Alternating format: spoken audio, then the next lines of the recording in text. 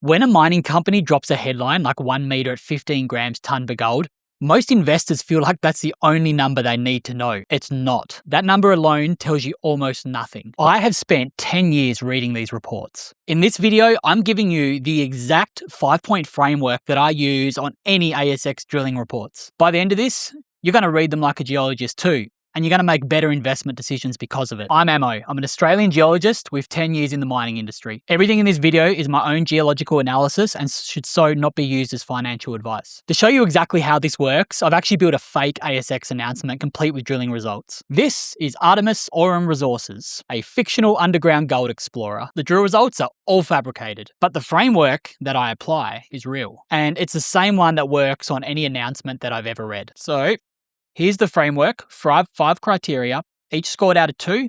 10 is a perfect score, 0 means run. So let's get into it. Criterion 1 is true width disclosed. When a drill hole cuts through mineralization, the distance that it travels, the downhole width, is almost never the true thickness of the ore body, unless the hole hits at a perfect perpendicular 90-degree angle, or maybe you're doing GC drilling. A 15-meter downhole interval drilled at the wrong angle could literally be only 5 meters true width. You've just tripled your ore body on paper, which is super misleading. Look here at GC002, drilled along the vein.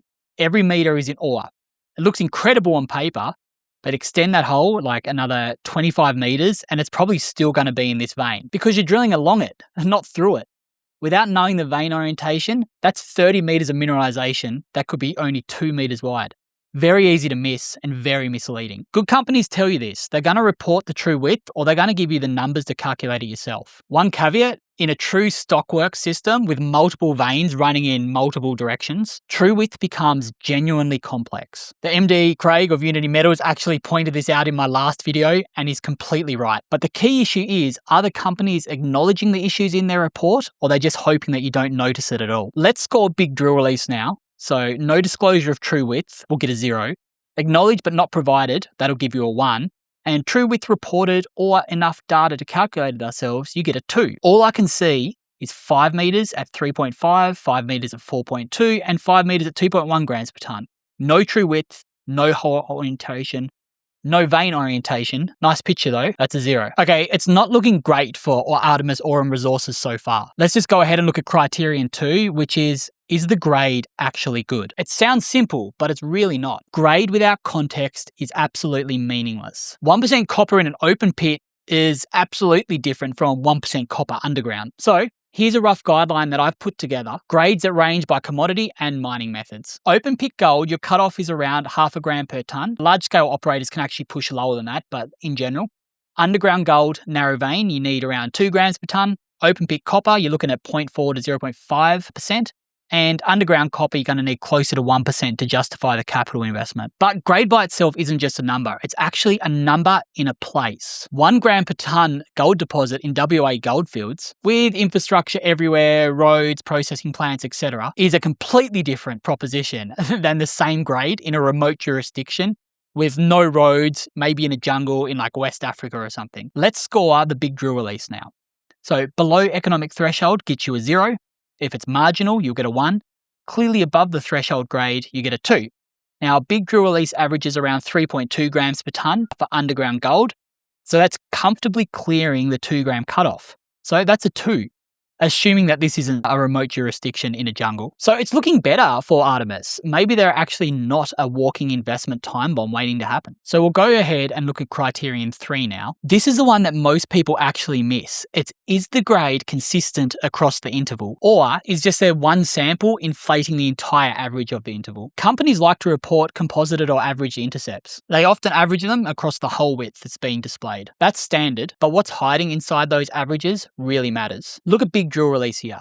Beautiful table, nice picture. We can see 5 meter intervals with average grades, but there's no breakdown of how those averages were calculated. There's no individual sample data.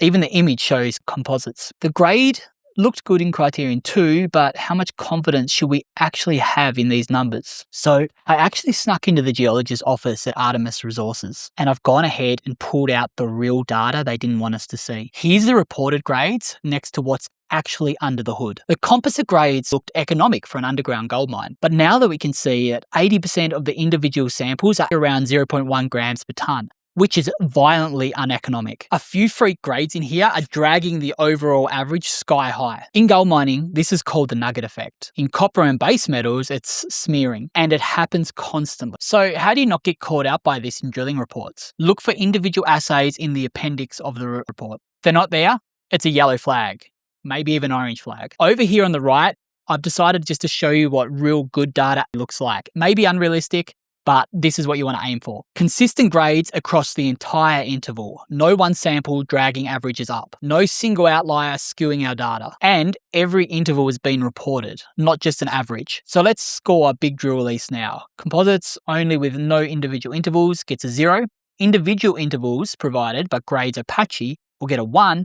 And individual intervals with consistent grade will get a 2. Big drill release, averages only, no breakdown.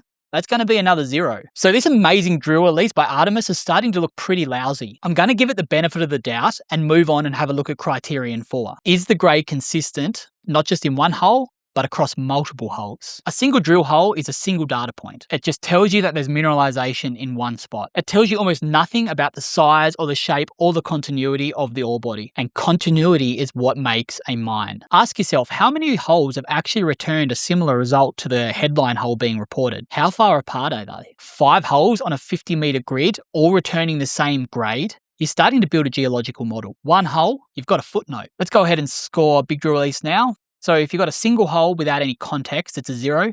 2 to 3 holes with variable but encouraging grades, you'll get a 1. 3+ holes with consistent results and clear geological pattern, that's a 2. Now, you could argue that Artemis here has 3 holes with a somewhat similar pattern, but we've already seen what's hiding under those composites.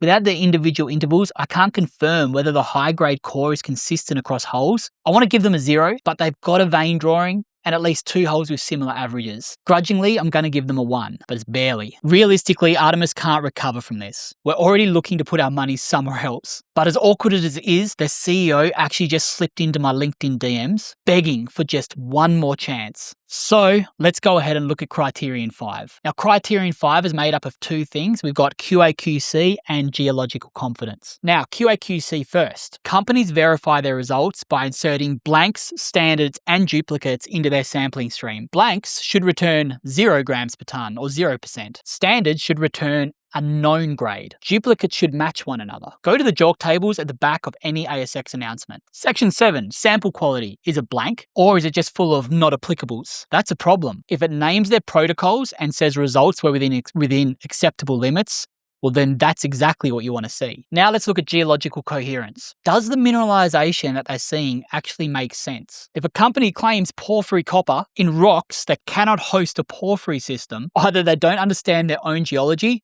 or marketing has written this report. You don't need a geology degree. Just ask, does their description match what they're actually reporting? Let's score the big drill release now. The geology section says, narrow, structurally controlled quartz sulfide vein system hosted in a dioritic intrusive, consistent with an IRGS setting. Vague, but it matches the underground gold claim. Acceptable. The QA/QC. Protocols were implemented, including standards of blanks. However, detailed performance has not yet been fully assessed. Detailed performance has not yet been fully assessed. That should set off alarm bells.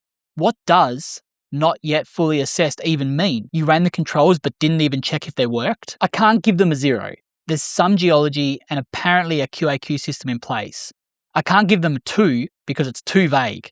They're getting a 1. So, their overall final score for Artemis, 0, 2, 0, a generous 1, and a 1. Artemis Aurum Resources has scored a 4 out of 10, 40%. And honestly, I think that's kind of generous. It's low to moderate. I'd probably just keep looking. So there it is, 5 criteria: true width, grade in context, internal grade distribution, repeatability across holes, and QA/QC/geological coherence. It's a score out of 10, use it every time. It only takes 5 minutes. And it's going to save you from confusing a good press release with actually really good results. I'll put it on the screen.